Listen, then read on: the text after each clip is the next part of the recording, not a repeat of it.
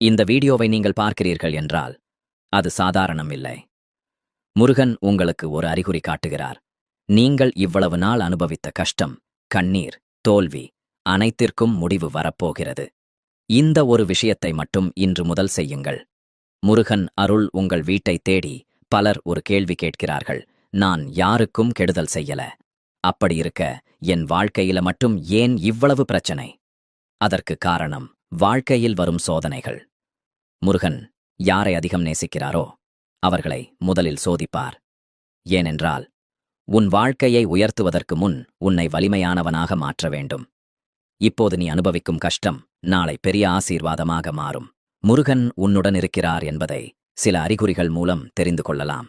திடீரென்று கோவில் மணி சத்தம் கேட்பது, மயில் இறகு காண்பது, வேல் வேல் முருகன் என்ற வார்த்தை மீண்டும் மீண்டும் கேட்பது, தூக்கத்தில் கோவில் அல்லது ஒளி போன்ற கனவு வருவது, இவையெல்லாம் சாதாரணம் இல்லை.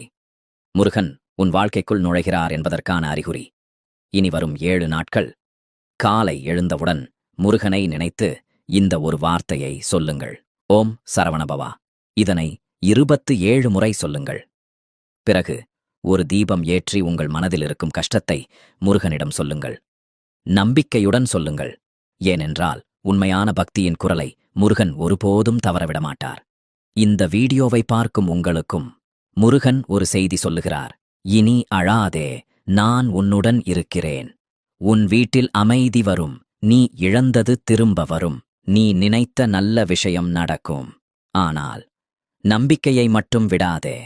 இந்த வீடியோவை முழுவதும் பார்த்தவர்கள் கமெண்டில் வேல் வேல் முருகன் என்று எழுதுங்கள். முருகன் அருள் உங்கள் குடும்பத்துக்கு கிடைக்கட்டும். இந்த வீடியோவை பகிருங்கள்.